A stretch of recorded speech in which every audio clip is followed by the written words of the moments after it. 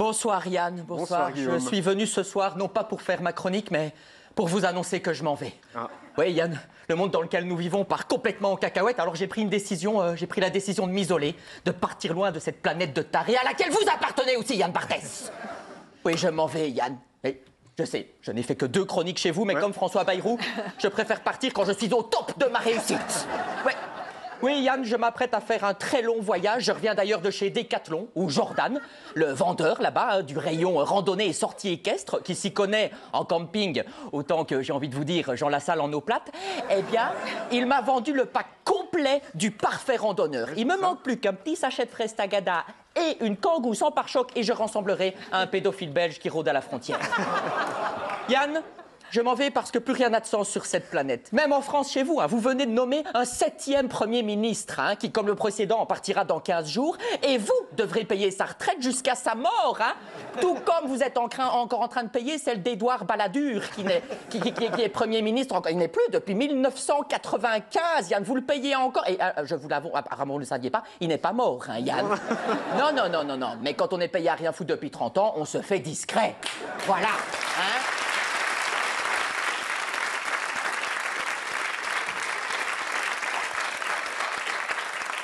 Yann, oui. Et si vous veniez faire ce voyage avec moi? Yann, oui.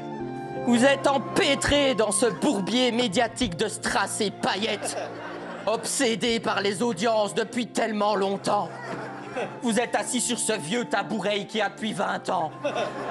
La rumeur raconte même que personne ne vous a jamais vu debout et que vous êtes un homme tronc. Yann, vous n'êtes pas assis, vous êtes un buste qu'on a posé là. Yann, il est temps de lâcher prise. Il est temps de craquer. Il est temps de pleurer, Yann. Il est temps, Yann, de crier. J'emmerde la télé! Allez-y, Yann, criez-le! Sinon, je continue pas ma chronique. Je crie?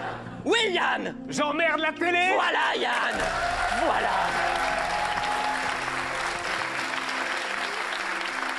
Collez-vous à moi, Yann. Non, faites-moi un vrai câlin. Comme ça? Entourez-vous. Non, les 2 bras comme ceci. Voilà, Yann. Ça vous fait du bien. Je suis votre nouveau refuge, Yann. On va la faire ensemble, cette petite retraite spirituelle. En quête de calme et de plénitude. Nous commencerons par un petit pèlerinage à Lourdes. À Lourdes? À Lourdes?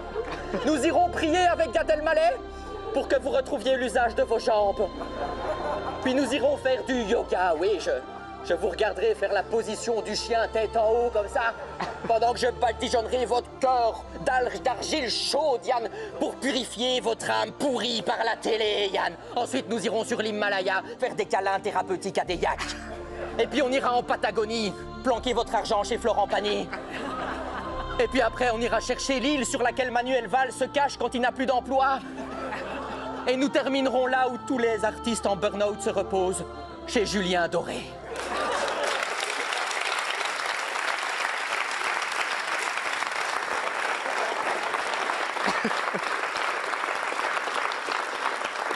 Yann, lâchez-moi, c'est gênant. Merci beaucoup. Chers collègues, je voulais m'adresser à vous également. J'aurais aimé vous dire que vous allez me manquer, mais c'est difficile de ressentir du manque pour des gens qui ne m'ont jamais dit bonjour, alors... Je vous lègue évidemment ma loge, qui était aussi la loge des poubelles, qui était la loge des cartouches d'encre, des gobelets, qui était la loge des invités dits non importants. À ce propos, Faustine, je voulais vous dire que votre émission, ça commence aujourd'hui, tous les jours, sur France 2, full cafard à toutes les personnes qui la regardent. La semaine dernière, l'intitulé, c'était leur histoire d'amour avec Jean-Paul, le dépeceur du Morbihan. Bonsoir à tous. Aujourd'hui, on reçoit Marie-Clotilde. Alors, Marie-Clotilde, bonjour. Vous avez eu 7 enfants avec le dépeceur du Morbihan, que vous aimez d'amour. Alors, le fait qu'il soit votre papa n'a-t-il été un frein? Mais vous êtes malade, Faustine Bollard!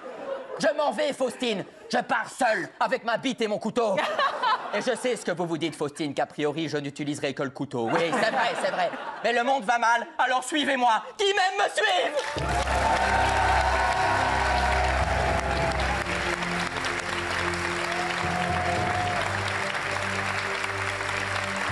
Au revoir, Guillaume.